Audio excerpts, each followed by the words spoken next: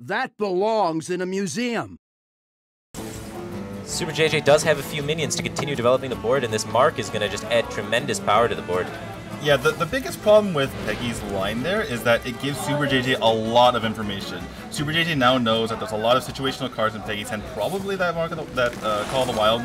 And so Super JJ is saying, you do a lot of damage here, I can just... Wow, look at the heal! I mean, the heal or the taunt are both extremely effective here. Hunter usually doesn't have that many efficient ways to get through taunt, besides maybe a deadly shot, so if you can do it... Well, I guess he can't establish another minion while using the taunt, so...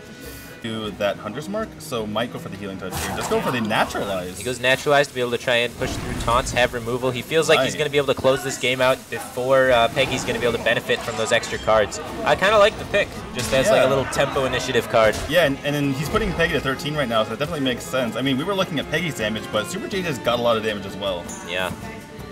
Call of the Wild comes out. Not able to make any efficient trades, so that Huffer's going to have to trade right through it. Thank you comes out from Super JJ. And Super JJ, using the Naturalize, is going to be able to get through the taunt of Call of the Wild and lethal his opponent this turn, which was what he set up with the pick of Naturalize there. Right, I mean, we were looking at all the other cards. Super JJ is saying, why do I need to protect myself if I can just kill you? Yeah. He knows what his opponent's next turn is, right? He knows it's Call of the Wild. It's been signaled, so he just needs to set up, if my opponent Call of the Wilds, can I lethal them this way? And the answer is yes, and then he does it. What a play for Super JJ. Yeah, very well played by Super JJ there. He is able to... It reminds me, have you seen King Kong, the new King Kong?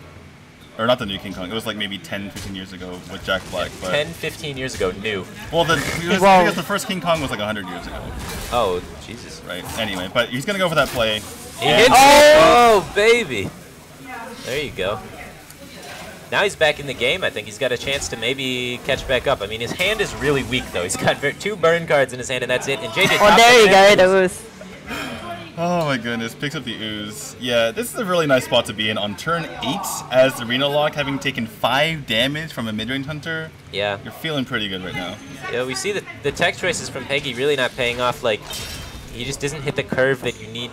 I mean, you're only hurting your Mountain Giant a little bit, and if you're Renoing back up, now Peggy has to... Oh, he's going to do this. Oh, okay, this makes a lot of sense. Yeah, this way he doesn't discard the Reno, and then he can connect the Giant to the face. He loses the Taunter, though, which is a little unfortunate, but...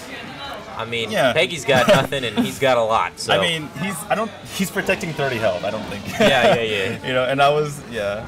And that was the card that, you know, was more expensive anyway. Can't even win the King's Elect Joust, and that's going to be game number... Possibly land on the Ghoul, right? Oh, no. There was a Okay. And it is pulling some... Does pull the sword. Oh! 1-drop in his deck. That's going to make the Camel a lot less effective for Super JJ. And it is Patron, so it's Patron Warrior. With Fierce Monk. Acolyte of Pain maybe wants to get those Patrons out as quickly as possible. Can't clear off the Desert Camel, though. Oh, the Houndmaster top deck. Wow. That is insane. Alright, so do you push face or do you just kill off this Acolyte? Oh, you kill off the Acolyte. Denying draw is, of course, one of the most important things, I think. Oh, he's going to go for... So this makes the trades kind of awkward here for Peggy, and Super JJ knows there's no fire. I mean, yeah, this turn's really awkward for him. I kind of would have liked to see maybe the Ghoul come out, because next turn you're probably just playing Grom, but he's saving the Ghoul to try and make 4 Patrons on the turn after. Wow. Right on turn 8, JJ rips the call. Oh, man. Peggy can't help but laugh at that. That feels so good for Super JJ and so bad for Peggy there. Taking so much damage. That card can just flip games around. It certainly has helped Super JJ here. Execute. I mean, he has to play Grom here. He can't go at the Execute. He would hang too much mana just executing, so he goes for the Grom here. 10, 11, 12, 13, 14, 15, 16 damage on Super JJ's side. Not quite enough to close out the game yet, but... And he's seen an Armor Smith, too, so, I mean, this is Patron Warrior. There's no massive armor gain like there is in Control Warrior. You can just go face here as Super JJ and be confident you can take out the game. Yeah, well, I think it's okay to kill Grom. Grom's pretty threatening. Grom, he's pretty angry. Yeah, and I mean, he still has lethal on the board, so I mean... That's going to be it. Super JJ 3 games to 0 over that was Peggy. quick. That was very quick. I mean... Yeah, look, he's looking very confident.